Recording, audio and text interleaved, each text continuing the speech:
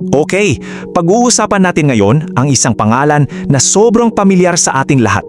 Pero sisilipin natin yung kwento sa likod ng alamat. Kasi ang istorya ni Lapu-Lapu, hindi lang yan tungkol sa talim ng kampilan. Ito'y tungkol sa kanyang pamumuno. Kasi aminin natin, pag sinabing Lapu-Lapu, ano agad pumapasok sa isip natin? Yun na yun labanan sa Mactan, di ba? Ito yung kwentong kinalakihan nating lahat. Yung matapang na mandirigma na tinalo si Magellan. Automatic yan. Pero, heto yung tanong. Sa likod ng iconic na tagumpay na yun, kilala ba talaga natin yung pinuno? Sino nga ba si Lapu-Lapu bago pa siya naging alamat ng digmaan? Yan ang aalamin natin. So para mas maintindihan natin siya, kailangan nating balikan yung mundo niya, yung konteksto ng panahon niya. Alamin natin kung ano ba talaga ang ibig sabihin ng pagiging isang dato. Kasi, spoiler alert, mas komplikado ito kaysa sa pagiging isang hari lang.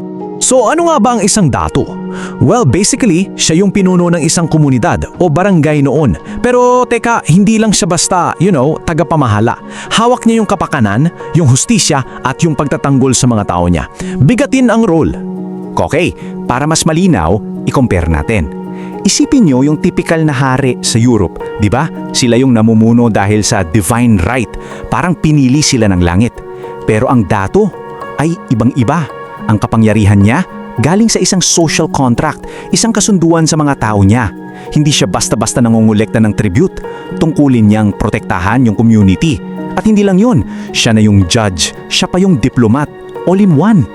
At ito yung pinaka-importante sa lahat, ang kapangyarihan ng dato, wala sa korona, wala yan sa ginto, nasa tiwala ng mga tao niya. Isang kapangyarihan na pinaghihirapan, hindi yung basta-basta na lang minamana. Okay, so ngayon, punta na tayo sa puso ng kwento, yung paghindi niya, yung pagtanggi niya. Kasi hindi yon basta-basta lang na pagsasalungat Ito ay isang kalkulado, isang strategic na desisyon. Isipin nyo, di ba? Maraming ibang dato ang sumunod na lang. So ang malaking tanong, bakit si Lapu-Lapu tumanggi? Anong meron? Ano yung nakita niya na hindi nakita ng iba? Well, hindi lang isa ang sagot dyan. Kumbaga, network yan ng mga dahilan. Una, kailangan niyang protektahan yung kabuhayan nila, ang kanilang economic independence. Pangalawa, kailangan niyang ipagtanggol yung kultura at soberanya nila. Pangatlo at napaka-importante, ito yung sinumpaan niyang tungkulin bilang dato, ang maging tagapagtanggol. At syempre, andiyan pa yung pagpapanatili ng vital trade relationships nila na bumubuhay sa komunidad. So ang pinaka-point dito, hindi ito dahil sa pride lang, hindi ito yabang. Ito'y isang malinaw na stratehiya para isalba ang buong pamumuhay nila. Yan ang desisyon ng isang tunay na leader. So paano niya nagawa lahat yon? Paano niya napanindigan yung paghindi niya? Simple lang, dahil sa isang bagay na hinding-hindi mo mabibili o maagaw, ang tiwala ng mga tao niya. Diyan talaga nanggagaling yung tunay niyang lakas. Kasi sa huli, simple lang naman ang katotohanan, di ba? Walang kwenta ang isang leader kung walang sumusunod sa kanya, kung walang naniniwala sa kanya. At si Lapu-Lapu, nakuha niya yung tiwalang yun, solid. So paano ba yan? Kinukuha yung ganong klase ng katapatan? Well, parang step by step yan Una, tinitiyak mo na may sapat na pangangailangan yung community mo. Tapos, kailangan makita nila na patas ka, na may hustisya sa pamumuno mo.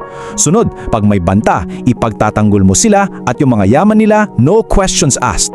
At pag nagawa mo lahat yan, anong resulta? Yun na, isang tiwala na hinding-hindi matitinag. At dito natin maiintindihan yung buong kwento. Yung tagumpay sa Mactan, hindi yan napanalunan noong araw lang ng laban sa dalampasigan. Matagal na niyang napanalunan yun Sa bawat araw na ipinakita niya sa mga tao niya na karapat-dapat siya sa tiwala nila. So ano ngayon ang lasting legacy niya? Kasi you see, higit pa sa isang laban yung iniwan niya. Ang pinag-uusapan natin dito ay yung mga aral mula sa kanyang pamumuno. Ang leadership style niya, parang salamin ng mga pinakamahalaga nating cultural values. Yung dangal, andyan yan. Yung resilience o yung katatagan natin sa harap ng problema, check na check. At syempre, pinaka-importante sa lahat, yung spirit of community, yung kilamo nating lahat bilang bayanihan. Kaya kung may isang bagay lang kayong tatandaan mula dito, sana ito yon. Ang pinakadakilang tagumpay talaga ni Lapu-Lapu, hindi yung sa beach. Ang tunay na panalo ay yung commitment niya, yung katapatan niya sa mga taong ipinaglalaban niya. Yun. At para magtapos, iiwan ko sa inyo itong tanong. Isipin niya sana, Sa lahat ng katangian ng pamumuno ni Lapu-Lapu na pinag-usapan natin para sa inyo, alin doon ang pinakakailangan natin ngayon, sa panahon natin ngayon? Kung nagustuhan mo ang kwentong ito, huwag kalimutang i-like ang video, mag-subscribe at i-on ang notification bell para sa iba pang alamat at kwentong bayan. I-share mo rin ito para mas marami pang Pilipino ang makaalala ng kagandahan ng ating mga kwento.